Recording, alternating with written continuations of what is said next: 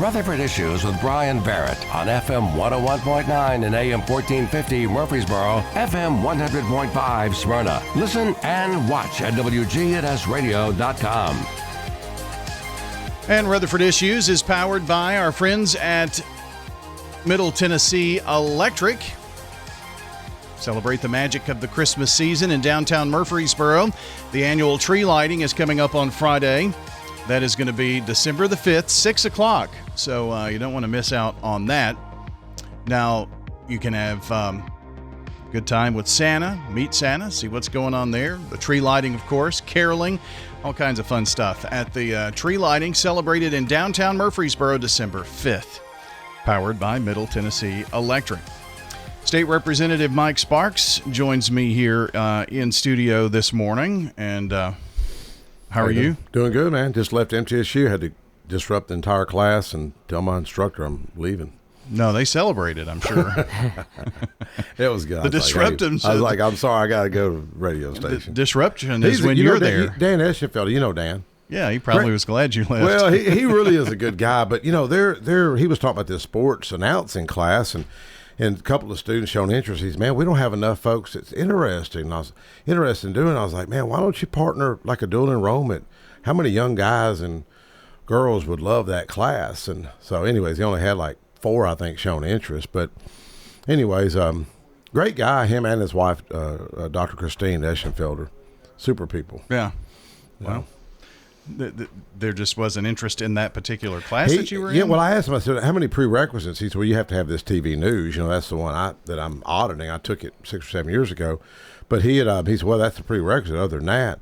And I was like, yeah, but, man, you could tap that dual enrollment and all these high school seniors out here that'd be pumped to take that class. Well, I mean, there are schools Stewart's Creek, Blackman, Laverne, he's been over Smyrna. there. Yeah. I mean, they all have these programs. You know, but it's just sad if they don't offer this class because they can't get enough students. But I thought, man, if you could tap that, boy, you'd fill that class up, you know. In fact, this last football season, during the regular season, we partnered with Stewart's Creek Television, and they had students come out and do the video for our games. That's an awesome school. You know, the mayor of town Smyrna had the Veterans Day celebration. They had the Dr. Brian Russell had their men's. There's a certain word for it. I can't remember what the name is. In other words, it's a choir. But I went over and talked to them guys. Man, they sounded awesome. You know, I had the female choir up about 6 or 7 years ago at the state capitol. They sang "Amazing Grace," which is our Tennessee state hymn now. You don't say. Yeah, I've heard that. I've told you that. Anyways, they rocked that place, but it was so cool because the guy speaking, Keith McElroy, who was a trumpet player in the military, it was really touching because he talked about his uncle. They're out of Pulaski, African American guy. He says, you know, my uncle was shot in Vietnam, blown out of an APC, and I'm assuming the guy passed. And he looks over and he says, Uncle Joe, stand up. Oh man, it was really touching. The guy shot the neck and blown out of the Humvee, but or the APC, but still survived. But we got talking about the power of music, you know, with those young men, and the power of music for military, power of music for bringing people together. So anyways, hats off to Smyrna for doing David Santucci and Todd Spearman, Mayor Stabell for doing such a great event at the Veterans Day celebration. Well, I know Stewart's Creek is going to help out, or they have over the years, with the Smyrna Christmas Parade, and the parade is on December 7th. Yep. And Wayne Blair and Rick Hall, who host the Roundtable on Tuesdays, they're going to MC the parade this year. It's the 50th parade. Cool. So, well, Marty Luffman needs to be in that. You know, Marty literally helped start that parade 50 years ago, and then did the Laverne parade 50 years ago. And Laverne made him the Grand Marshal. It was really pretty cool. But I was telling our guest, Ankit Patel, he's already registered for the Christmas parade. I mean, that's the hallmark of celebration in Smyrna. Plus, I think they're doing the canned food drive as well. Mm-hmm. Yeah. Would they raise like 25,000 cans about? I don't know, but I think there's a great need this time around. Yeah. Especially with the shutdown. Oh, yeah. Well, you know, it's just, you know, a hardship. I hopefully get all that stuff worked out and and get back. The government's to got it handled. It's all going to be fine, just, right? Just the government let them handle it. Yeah, boy, you get politicians involved. Well, $38 trillion in debt. I wrote an op-ed about $17 trillion in debt. Went back, I think when I was a young county commissioner, and look at it now, $38 trillion, and where's the end in sight? Well, supposedly tariffs, but they're going to give money back. I don't know. Where's all this money coming from? Well, even the 50-year mortgage. What's your thoughts on that? Mm-hmm. Dave Ramsey died when he heard that. He rolled over. I heard it was a meme or something. The Babylon Bee did a thing. You about think, that. okay, that's going to cause inflation if you think about it. I mean, those low interest rates is what attributed to these rising home prices, and it really is it's a concern. That's why I've got 2 grandbabies that I really worry about their future.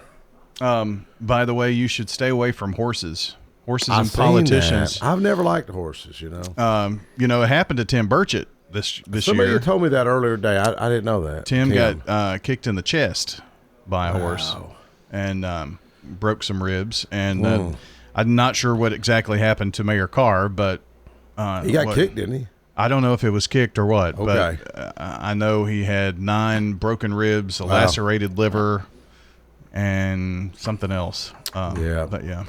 Well, but I think he's on the mend. And prayers for Joe.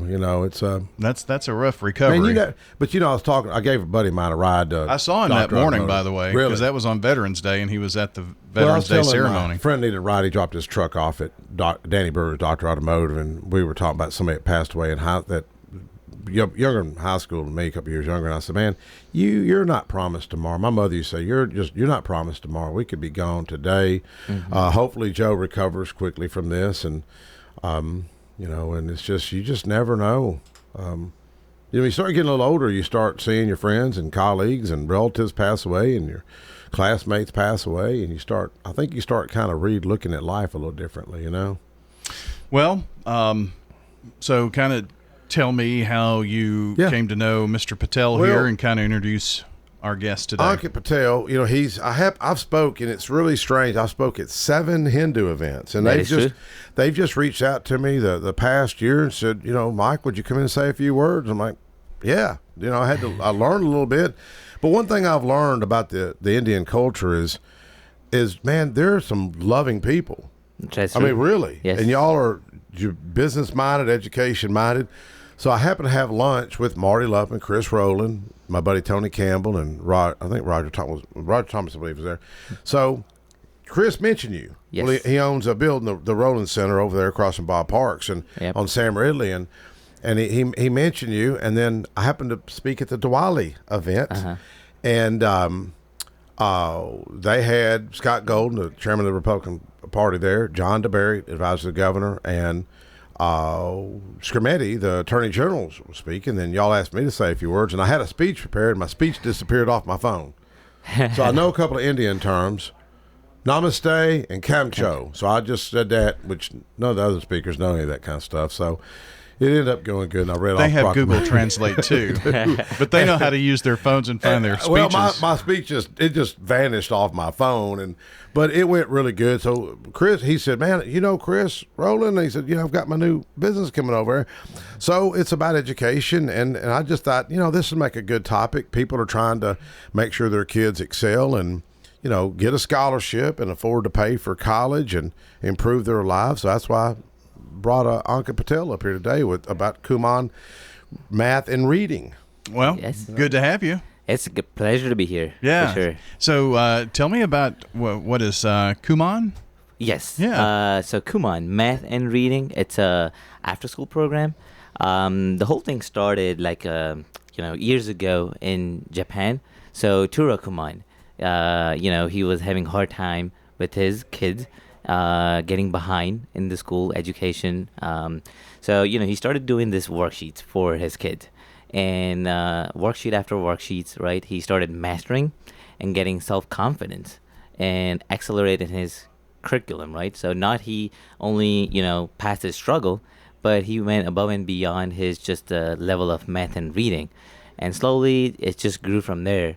And today, over, the whole globe, there's 4 million plus students getting achievements from this Kumon math and reading program. So it's more than just tutoring. If you think about like just regular tutoring, you have a teacher teaching math and reading. This franchise is above that, right? It helps students to do self-learning, gains confidence, right? Think about like when you're doing something that you're good at, you're motivated to do that, right? Sure. So just like that, here, when they do worksheets and they get confidence out of it, it helps them motivate. And, by the time they master, and then they just excel in their curriculum. Well, that's just like Mike was so excited that he learned those 2 Indian words, Yes. and Yes. I mean, just the excitement in his Well, face. it freaks everybody out because they're not used to it. That's true. That's true. Well, but you say it with a Smyrna accent, so I know, I'm not it's sure hard that to it pull it really off. goes together. But It's hard to pull it off. so is this a business model that you're bringing, or kind of talk to us about how you're bringing this to this area? Yeah, so great point. Like why we picked Smyrna as an area, right? A little bit background of myself and the family. So we have couple cousins who had actually went through the Kumon when they were kids and growing up. Tell you the funny story, and it's actually a good story. So my cousin, she was pretty sick. Monday to Thursday, she wasn't able to attend school. And then Friday she shows up and the teacher says, you know what, it's okay because we're doing quiz today, but you're not here whole, week, Monday to Thursday, so you can skip this. And the cousin goes like, no, that's okay. I would like to at least attempt to it, right? And sure enough, she attempted, and surprisingly, but good enough, she got 100. So the teacher was surprised, and the teacher called the parents and the student just to have a conversation. And that's when teacher found out that the cousin was actually enrolled into the Kumon program, and that's where they found out so Kumon, not just she was learning at the grade level, but she was accelerated, months in advance in her curriculum. So that's how she was able to still know the material without having to kind of go through the whole syllabus. Yeah. Is there maybe some type of also with this? It's not maybe the particular lesson that was on that quiz, for instance, but it helps to give or increase your problem solving skills overall. Yep. Okay. You got it. You nailed it right away. So when you do these worksheets, right, it helps you do the problem solving because, like I mentioned, it's not tutoring. It's not like, you teach and have someone forced into this. It's more of you learn. You go through these problem solving skills and discipline yourself, right? Because that's what we lack right today after post-COVID. I was reading on this NAEP, which is the National Assessment of Educational Progress, and they say post-COVID, it's really hard to focus and discipline yourself, right? Technologies is growing, right? So it's so hard you're always on the phone, right? So getting young students to get that writing skills and discipline themselves, this is where this program really helps it. Well, I think the phone also offers a problem in that if you've got a question, you can ask it and it will give you an answer. Yes. It's just so easy to, instead of maybe learning your history, Yep. just if you have a question, ask a device. Yes, that ChatGPT does it all for you. But it really, this program, not just academically, but it helps you, like I mentioned, problem solving, thinking outside the box, right? You ran into this issue, okay, it's tutor, they can just tell you, okay, go do this, versus in this program, you're figuring out yourself, like you're going at your pace, self-learning it, and kind of going outside the box. Okay, I'm stuck here, how do I go around this? So it helps them to just go outside their comfort zone as well. Yeah, is it done on grade level, or how does that work in terms of where do you start? Yeah. If you've got a fifth grader, do you start at the beginning or do you start in the middle? How does all that work? Yep. So with the Kumon, we start from level 3-year-old all the way to the 12. And the way it works is we do free assessment. So when, 5th graders, 4th grader, when they come in, we give them an assessment test, 15 minutes per each subject, math and reading.